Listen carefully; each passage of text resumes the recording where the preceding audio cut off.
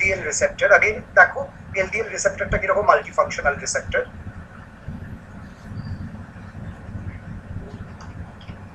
অথবা in the liver only before absorption as it is passing through the blood vessels of the liver সেখানেও একটু modified হতে পারে. Modified way it can produce LDL.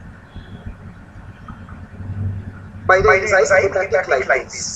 And this LDL can again be reabsorbed into the liver.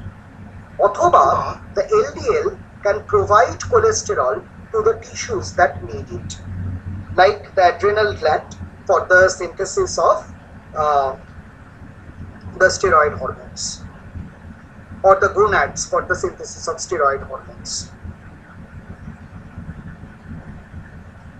So the purpose of this pathway is to supply triglyceride and cholesterol to the tissue for their own anabolic reaction. That is the purpose of this pathway. Because the pathway starts in the liver and ends in the liver, and the outside sources are not involved, so this pathway has been called the intrinsic pathway or endogenous pathway, also sometimes called the LDL pathway.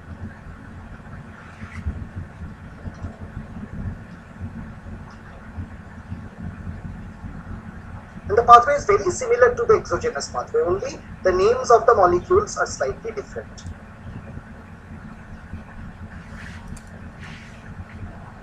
Now, when this happens, it may so happen that the tissues sometimes can take up extra cholesterol, and this can be disastrous for the tissue, particularly the coronary arteries. So what happens when there is cholesterol excess in the tissue? So there should be a pathway to take back cholesterol which is unutilized or which is extra, and this is done by another pathway. So how is this done? So these tissues, suppose, are overladen with cholesterol.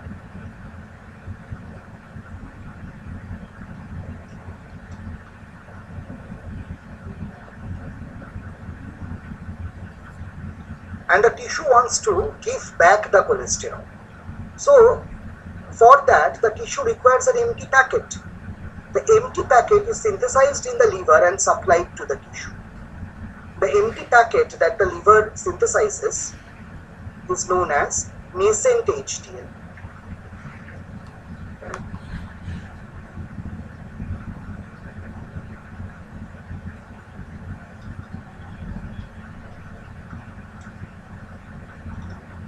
So nascent HDL is a molecule that is synthesized by the liver. It is like an empty packet and it is thrown in circulation. As it reaches the tissue, it picks up extra cholesterol molecule.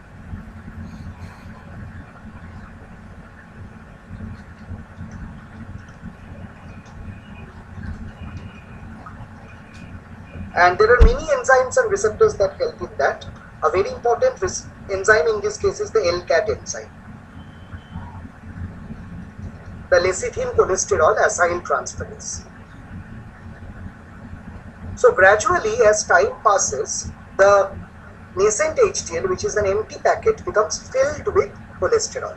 As cholesterol gets gradually added to it, now it is known as the high density lipoprotein or HDL, because it is mainly filled with cholesterol. There is no triglyceride almost. So this now becomes the HDL. Because of high cholesterol content, this molecule is high in density.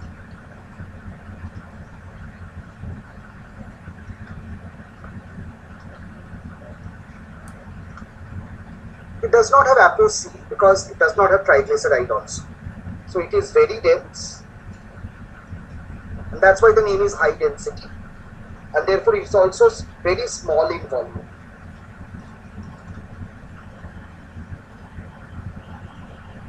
The HDL is again taken up by the liver.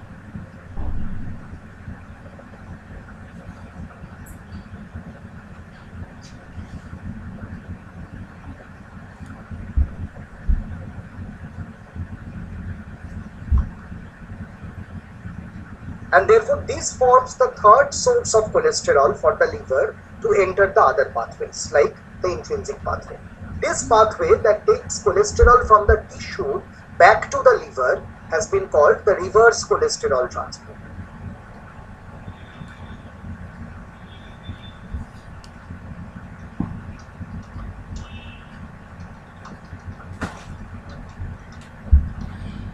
Also called the HDL pathway.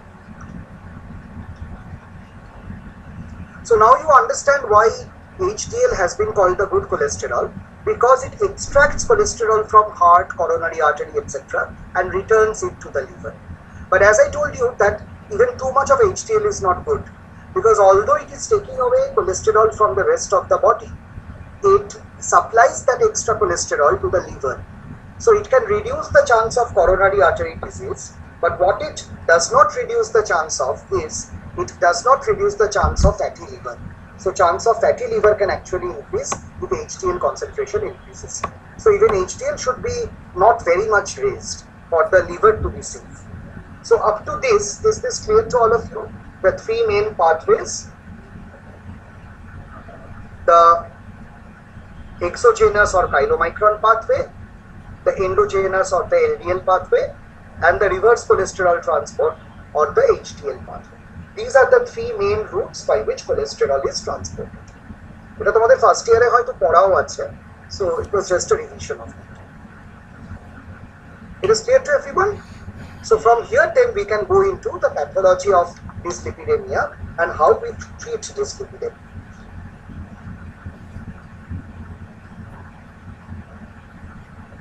Now, so getting back to what we were already discussing, there are three pathways: the exogenous or chylomicron pathway, the endogenous or LDL pathway, and the reverse cholesterol transport or HDL pathway. And this is a schematic representation of what I was saying. In the exogenous pathway, the dietary lipids are absorbed in intestine and they synthesize chylomicron. They are labeled with ApoB48, ApoE and ApoC. Out of this, the ApoC is utilized to activate the lipoprotein lipase, where the free fatty acid goes out. And as a result, as it comes out of the blood vessel, it becomes a chylomicron remnant that contains mainly cholesterol and less triglyceride. This is then taken up by the liver through LDL receptor. Now the cholesterol is re-secreted by the liver in the form of VLDL. As it passes through the capillaries, again triglyceride is utilized. Intermediate density lipoprotein is generated.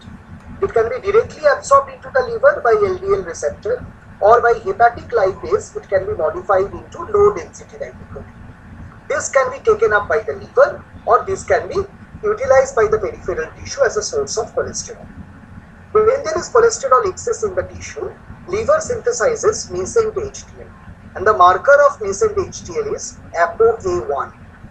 As it flows through the circulation, it starts taking up cholesterol from different sources by cholesterol ester transfer protein CETP or the LCAT enzyme. And as this happens, the HDL accumulates more cholesterol. It becomes a dense small particle, and finally by reaching the liver, it is taken up by the LDL receptor or by the scavenger receptor. So this is the biochemistry of the lipoproteins. In summary, you can write this chart down. This is a very oversimplified but very accurate representation of the cholesterol metabolism. All that I have just now said has been properly represented here very simply. Write this chart.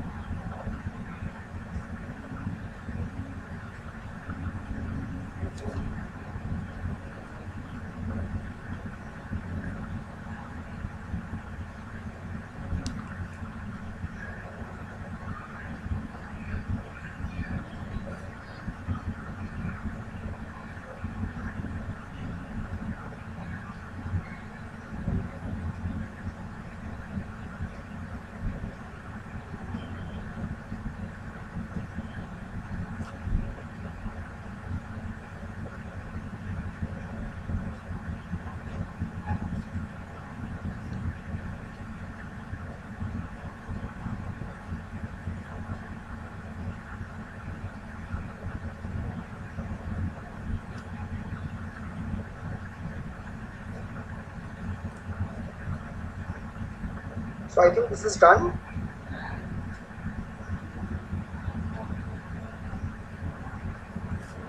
So in summary, if you see, the chylomicron is converted to chylomicron remnant and is utilized.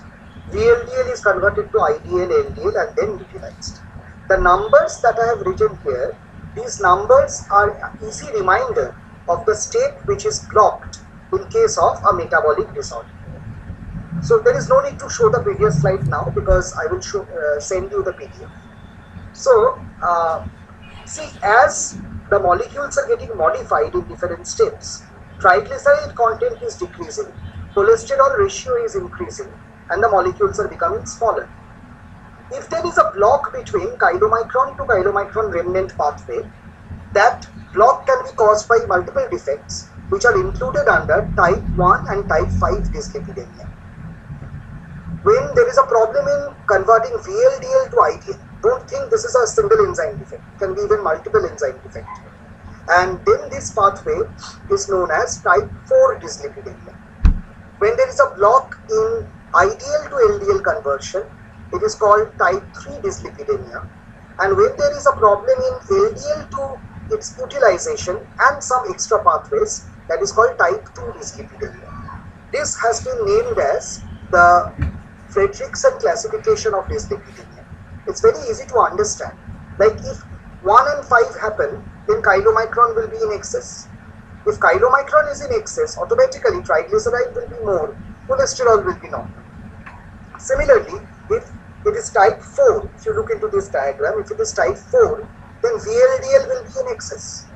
More VLDL means more triglyceride and cholesterol content may not be high. So in this way, you can understand, once I send you the PDF, you practice writing this down with the help of this diagram. All steps cannot be explained with the diagram because I told you the defects may be polygenetic rather than monogenetic. It's not like a single step defect, but it will be an easy reminder to remember how dyslipidemias are conventionally classified. Now, we already know that LDL plays a role in atheromatous plaque formation, and that is why it's very important that in prevention of angina and related diseases, anti-dyslipidemic drugs are routinely used. So, what are the different anti-dyslipidemic drug categories? I will go one by one. Before that, you just write down this chart. This is a chart of classification. We will go one by one through their mechanisms. So, the first category of drug is drugs that inhibit HMG-CoA reductase. These are also known as the statin group of drugs. Drugs that inhibit HMG-CoA reductase, they are also known as the statin group of drugs. They include drugs like lovastatin, pravastatin, etc.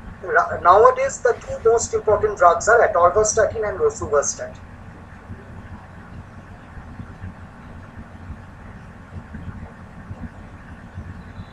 Then comes the drugs that activate lipoprotein lipase. Drugs that activate lipoprotein lipase. Then obviously they will decrease triglyceride. So these drugs are also called the fibrate drugs or fibric acid derivative drugs. They include drugs like clofibrate, fenofibrate and gemfibrozil.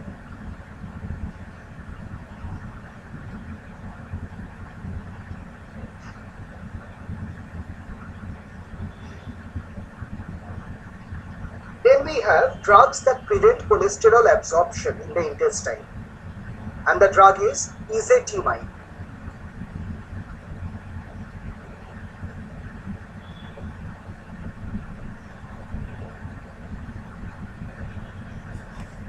Fourth, we have drugs that reduce triglyceride synthesis, and the example is niacin, the same vitamin that you read under vitamin chapter, that niacin.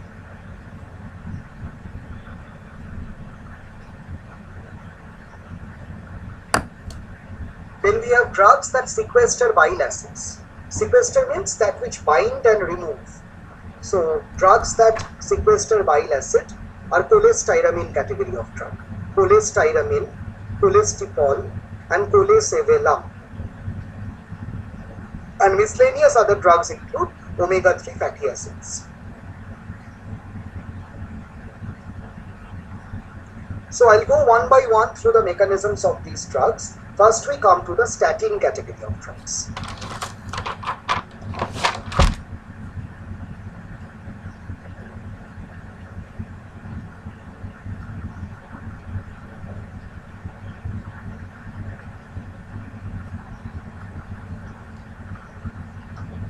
So what is the mechanism of action of the statins? As I told you that statins inhibit HMG-CoA reductase. So what is the basic reaction that it prevents? We know in the cholesterol synthesis, HMG-CoA in the next step is converted into mevalonate.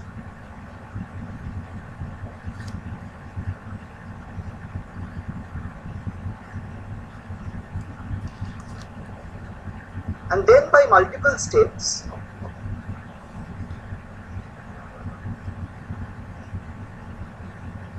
it is converted into cholesterol.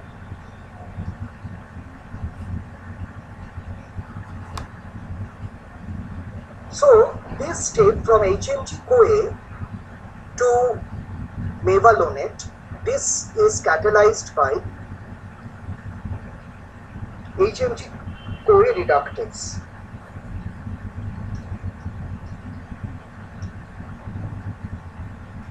So this enzyme catalyzes this step, and this particular enzyme is blocked by statins.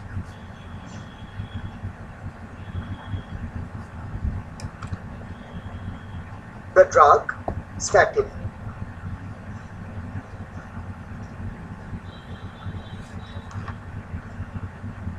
So this is its mechanism of action. But this simple mechanism causes a number of chain reactions. So the total number of mechanisms are actually more. So if I summarize, what will be the effect of doing this? One is the direct effect, there is reduced synthesis of cholesterol.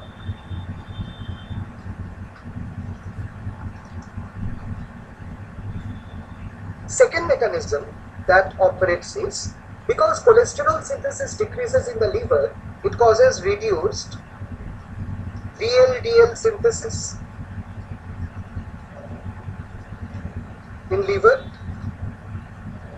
As VLDL synthesis reduces in liver, so this will, as a sequence of reaction, also cause reduced IDL synthesis.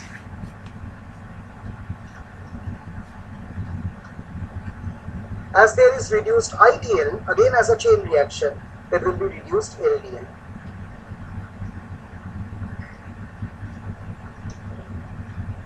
So almost all fractions of the endogenous pathway lipids are reduced.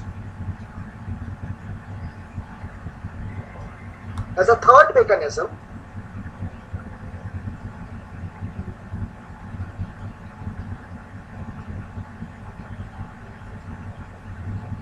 there is reduced intracellular cholesterol in hepatocytes, and this triggers a feedback mechanism. When cholesterol inside the liver cell decreases, number of LDL receptor is upregulated. So it causes upregulation of LDL receptors on liver cell. And as there is upregulation of LDL receptor on the liver cell, there is greater uptake of LDL, causing less blood level of LDL. So you can see, although the biochemical mechanism is one, there are three pharmacological advantages that we can derive from the statins. So the net effect is that the LDL cholesterol decreases. That is the final effect, the most prominent effect. Also the total cholesterol decreases. So what are the uses of this drug? The use can be easily identified from this mechanism of action. It is particularly indicated in raised LDL. It can be indicated in raised total cholesterol.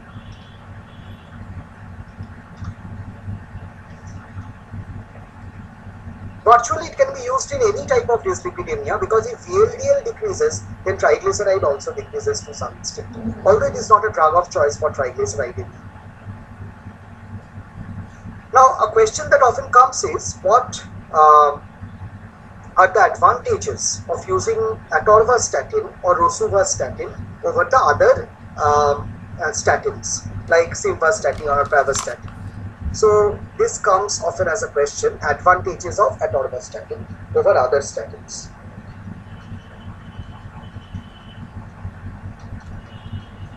Or rosuvastatin over other statins.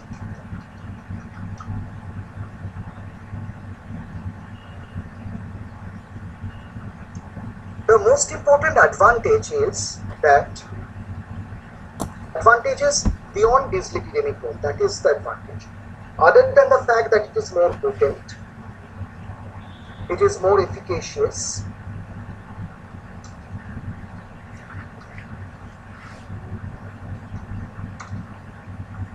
there is minimum drug interaction,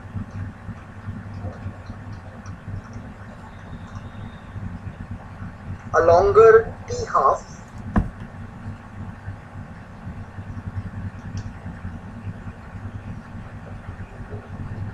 and so once daily dose.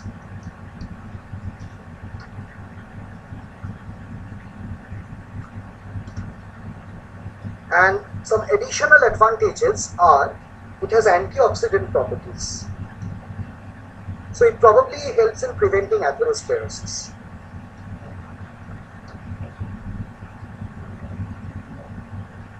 It prevents vascular remodeling. Its exact mechanism is not known.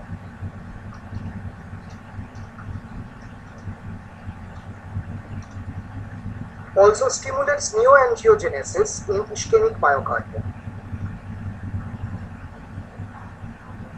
These are all the new research data that we have received.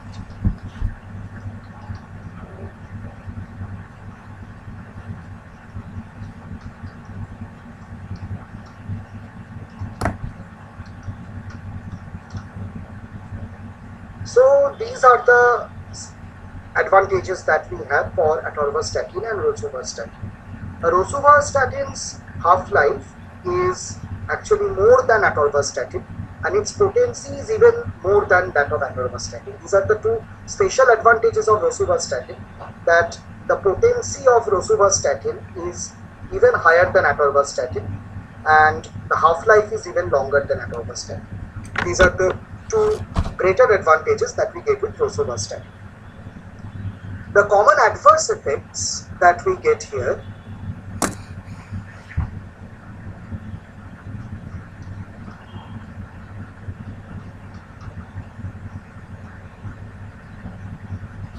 are there may be muscle pain, liver enzymes may be elevated,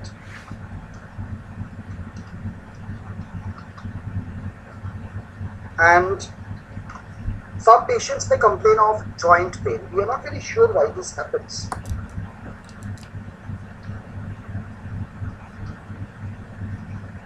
Often it causes dyspepsia, that is, there will be difficulty in digestion. So these are the common adverse effects. But in general, the drug is very safe and very well tolerated. It is nowadays recommended that any patient who has angina or has been recovering from myocardial infarction, they should all receive statin, irrespective of their lipid profile. Same with aspirin also. So I think this is clear to all of you.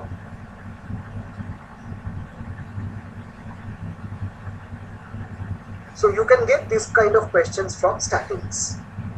Now we come to the fibric acid derivatives or the fibrates.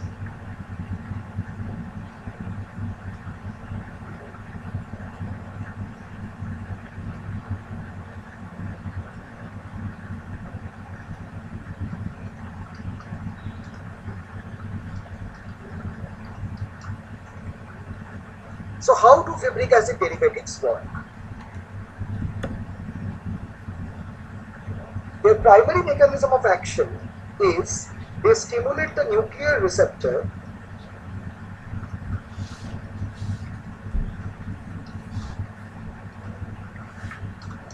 PPAR alpha, not PPAR gamma, that is activated by the anti-diabetic drug, the thiazolidinediones, and they stimulate the nuclear receptor PPAR alpha. And as a result of this, there is increased amount of lipoprotein lipase on the surface.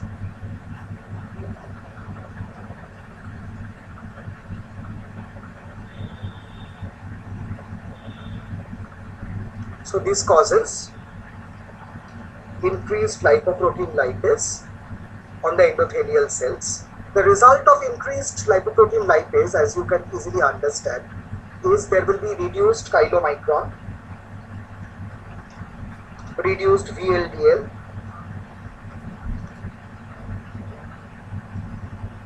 and biochemically the net effect will be reduced triglyceride.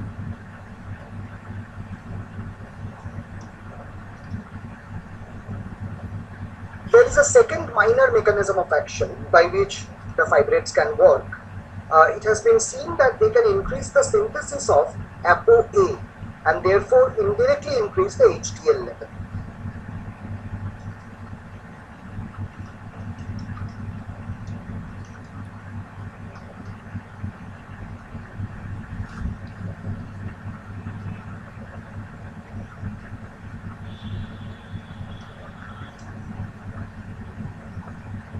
So the HDL-LDL ratio improves, which is an indicator of cardiac health.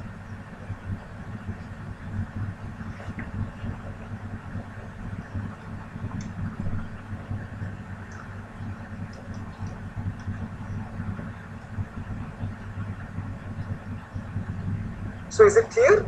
These are the mechanisms. The first mechanism is the main mechanism. So if in the Viva they ask you what is the mechanism of action, the most important mechanism is stimulating the receptor PPAR alpha, peroxisome proliferated activated receptor alpha, and increased LPL.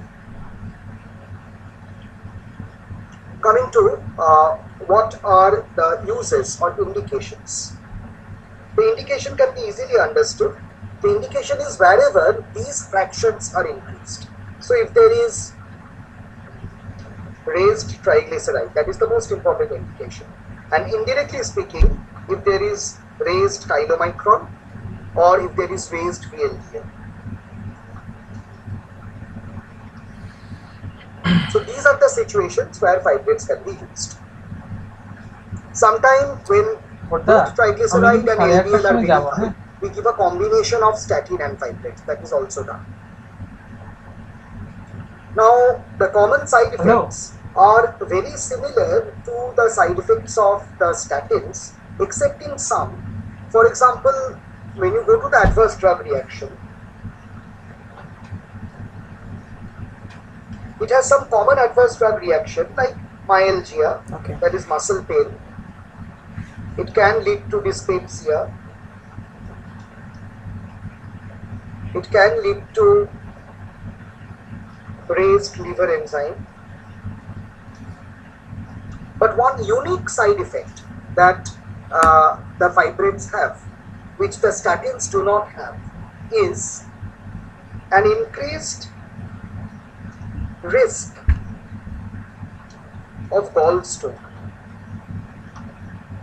This probably happens because we do not exactly know the mechanism behind this, why gallstone formation increases, but the probable reason is that there is reduced triglyceride. If triglyceride is not there, we don't get the skeleton for synthesizing the phospholipid molecules.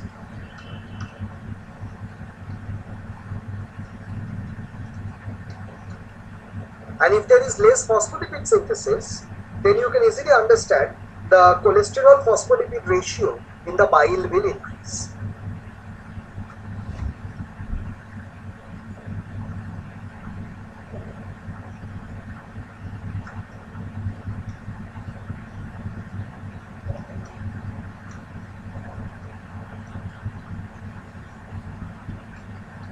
And you know that phospholipid keeps the bile in soluble state by helping in micelle formation. So if the cholesterol increases, there will be supersaturation of the bile with cholesterol, causing precipitation of cholesterol, and this leads to gallstone formation.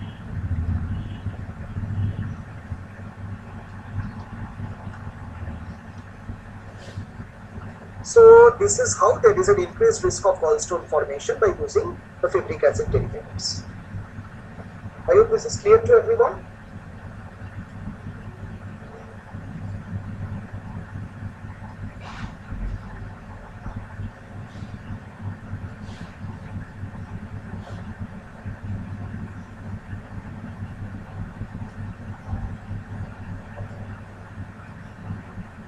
Okay.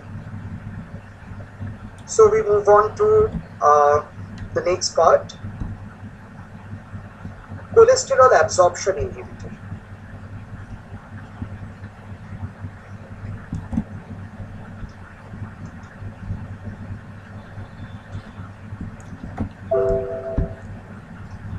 There is only one drug under this category, ezetimibe.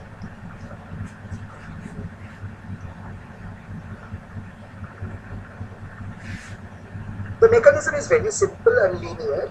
It blocks a transport protein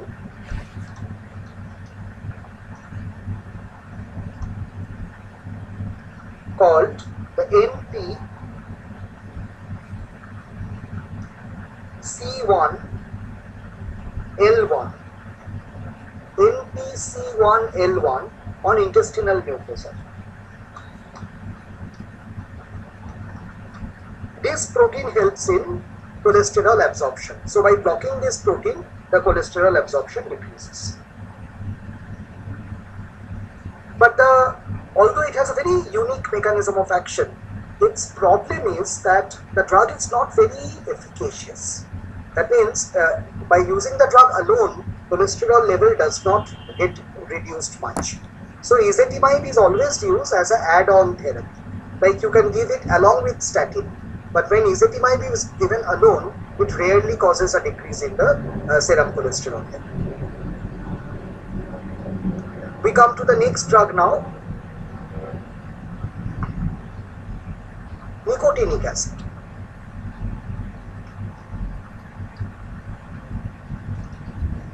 Nicotinic acid or niacin is popularly known as a vitamin. But in gram dose মানে হচ্ছে very high dose. Instead of milligram, we are measuring the dose in gram. So in gram dose, which is basically in very high dose, it reduces the triglyceride level. So if you give it in a vitamin-like dose, it will have no effect on the cholesterol level. So separately manufactured tablets or capsules have to be given where the dose is very high, and they are selectively made for the purpose of reducing lipids. So the only thing that it reduces triglyceride, but as a consequence indirectly the LDL can be reduced, very much like the fibrates. But its main function is to reduce triglyceride. So how does this pause? What is the mechanism of action? The mechanism is not very clear. The only thing we understood is that it reduces the flux of non-esterified fatty acid from adipose tissue. But put into simple terms, what does it exactly mean? I'm trying to write this down in a flow chart, so understand and write down. It has been seen that niacin stimulates a receptor only at this very high dose called GPR109A. So niacin stimulates a receptor called GPR109A.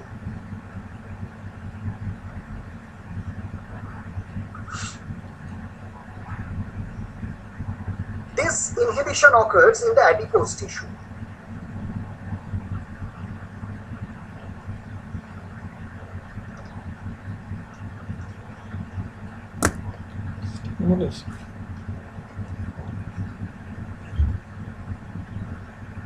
Once this has been inhibited, once this has been stimulated, this causes inhibition of intracellular uptake of adipose, it inhibits the intracellular lipase in the adipose tissue.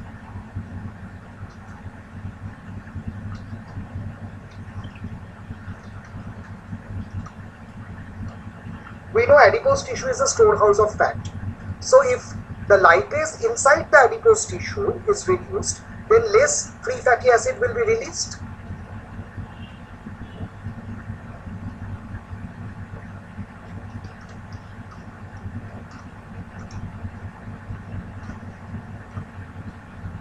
So there is less release of free fatty acid from the adipose tissue.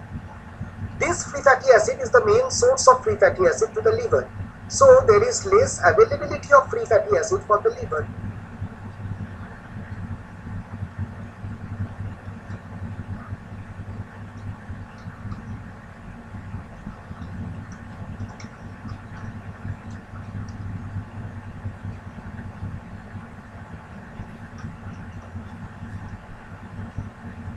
As liver does not get sufficient free fatty acid, so VLDL synthesis and secretion decreases.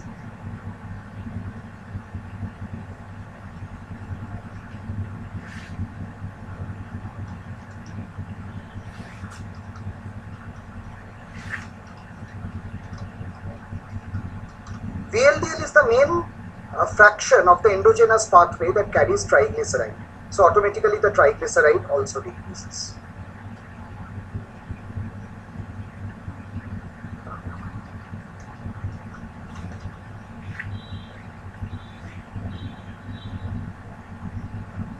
এই যে মেকানিজমটা, এই মেকানিজমটাকেই অনেক বইতে এই যে less release of free fatty acid, এটাকে একটা অন্য ল্যাঙ্গুয়েজে অনেক সময় লেখা হয় যে it reduces the flux of non esterified fatty acid from adipose tissue to liver. এটাকে সামারি করে অনেক সময় এরকম ভাবে লেখা হয়, but what it actually means is this.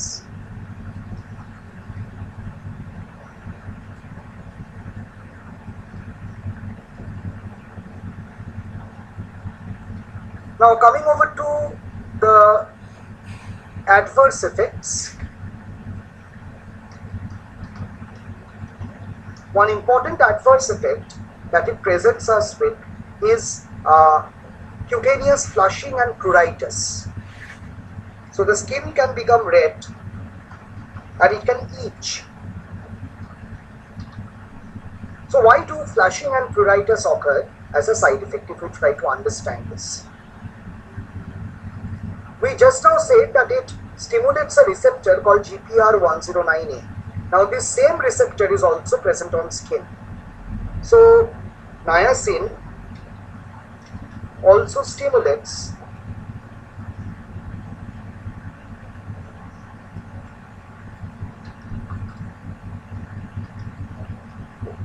this receptor on skin.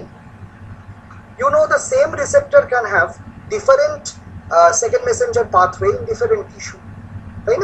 যেমন cyclic AMP causes relaxation of smooth muscle but contraction of cardiac muscle. So in the skin, the second messenger system is different. Instead of acting on lipase system, what it does is the receptor causes synthesis of prostaglandins of D and E series.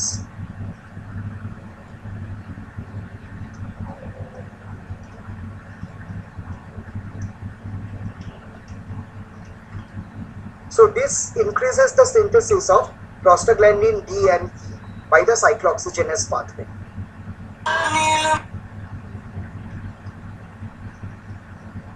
So in the skin, the GPR109A indirectly increases the activity of the cyclone.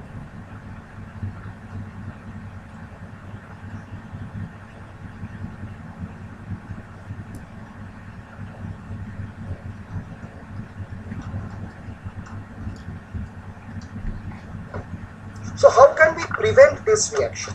This reaction can be prevented by giving aspirin about 30 minutes before giving this niacin, mega dose of niacin. So we can block the cyclooxygenase again with aspirin. So a prior therapy of aspirin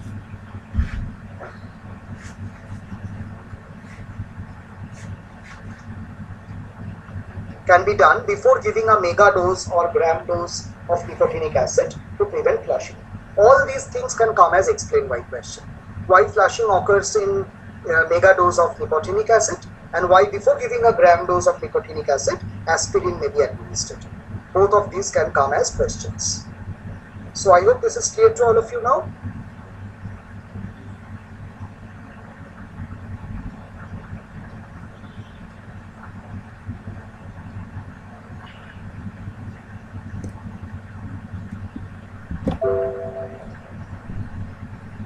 Those who are asking why will there be increased liver enzyme, the reason is that these drugs are mildly hepatotoxic. An increase in liver enzyme indirectly means that the liver cells are getting partly damaged. So now we come to the next part, that is the bile acid sequestrants. So the prototype of the bile acid sequestrants are cholestyramine,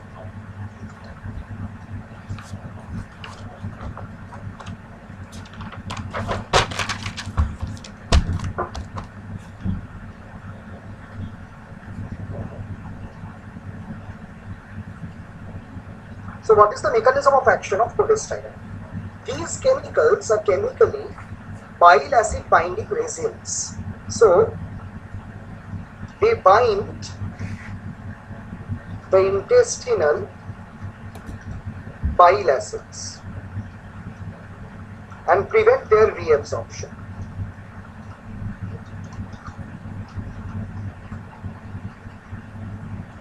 You know that a large part of the bile acid is reused by enterohepatic circulation. So the enterohepatic circulation stops and new bile acid has to be synthesized from cholesterol. So more cholesterol is used up.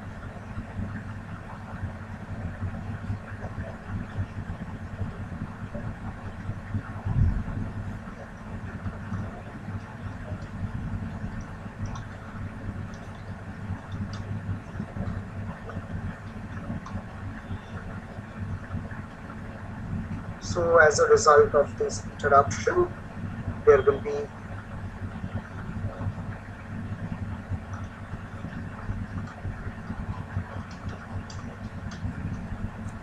more catabolism of cholesterol to generate new bile acids. And that way the cholesterol pool of the body decreases.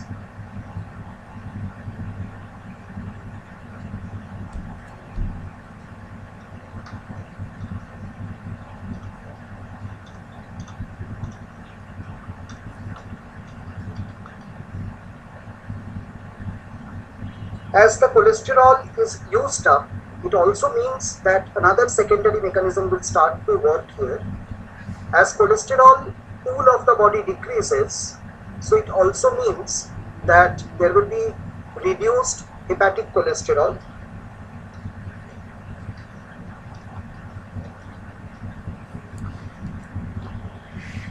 This means there will be upregulation of LDL receptor.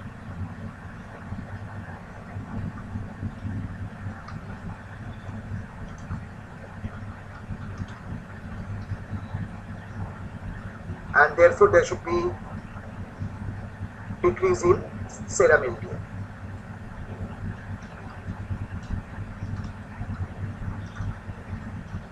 Due to greater uptake. So that way there are two mechanisms of action. If you divide, this is the first mechanism of action, and this can be thought of as the second mechanism of action, although they are related. One advantage of using these drugs is that they are not absorbed. So they are safe in pregnancy and during lactation. But the disadvantage of the drugs are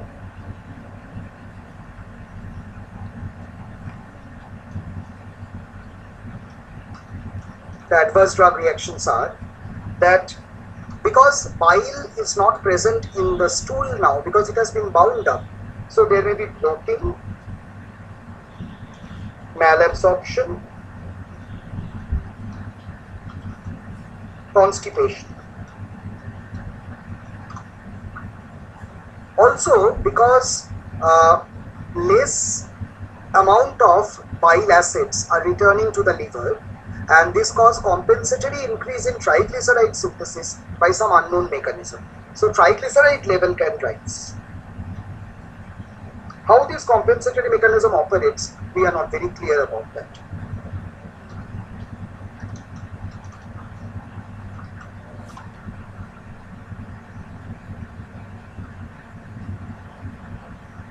So essentially, these are the properties. I hope this is clear to everyone.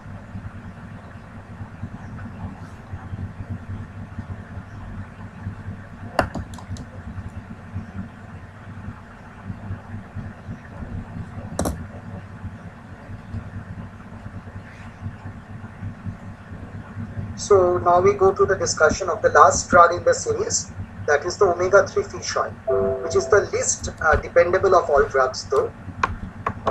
How do fish oils work? They are actually not classical anti-dyslipidemic drugs, but they prevent the adverse coronary events by some mechanism. The fish oils are basically rich in polyunsaturated fatty acid. So, when they are rich in polyunsaturated fatty acid, one important of this polyunsaturated fatty acid is eicosapentaenoic acid. We know that in our body, the eicosanoid metabolism is mostly about eicosatetraenoic acid, which is arachidonic acid. But here there is one extra double bond, making it eicosapentaenoic acid. How does this change in the chemistry alter the body's clotting ability? So, when there is vascular inflammation, let us see what happens under normal circumstances in the body. So, if there is vascular inflammation, the vascular inflammation activates the cyclooxygenase pathway, but this is activated by arachidonic acid pathway. So, the vascular inflammation causes phospholipase A2 activation.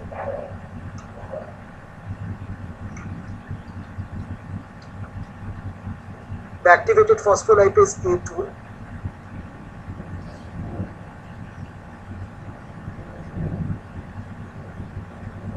causes generation of arachidonic acid.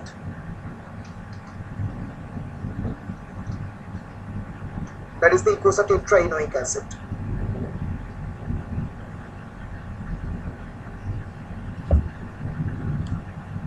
This by the cyclooxygenase pathway.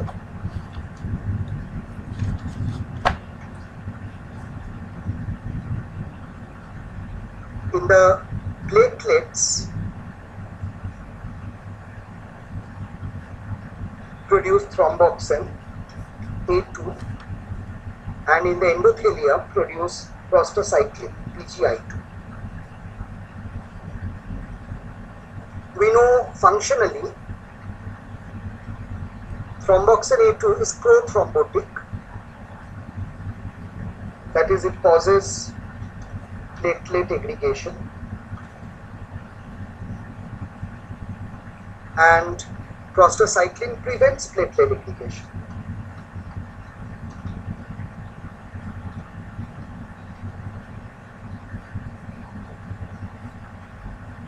So the balance between thromboxane A2 and PGI2 determines how much clotting will occur. Let us now see what will happen if instead of arachidonic acid, eicosapentaenoic acid was generated. So as a person keeps on taking PUFA, their phospholipids become replaced by pentaenoic acid in place of arachidonic acid. So here, if there is a vascular inflammation,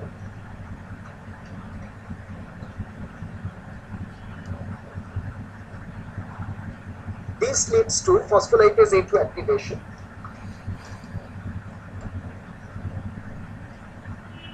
This, instead of generating arachidonic acid, now generates eicosapentaenoic acid.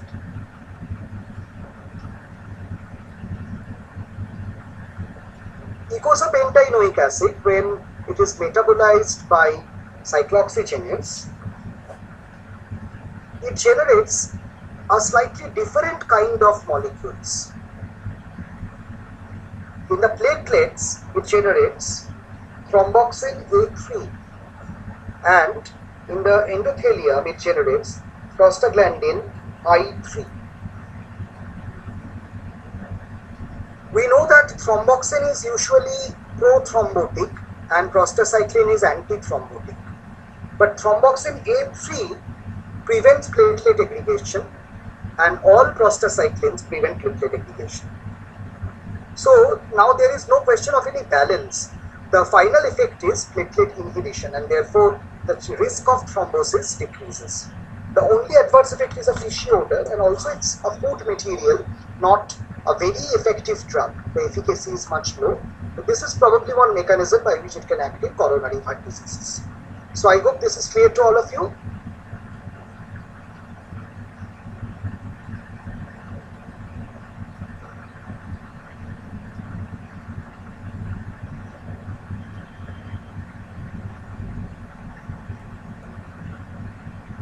Okay, so getting back to what we were studying, these are the different categories of drugs. So we have discussed about all the drugs, and for the PDF that I'll share with you, there is a summary of the properties of the drugs that we have discussed. So you should also go through them, and that is the discussion. So the class ends here. Today we end with this antidyslipidemic drugs, and next we will start a new chapter. Thank you.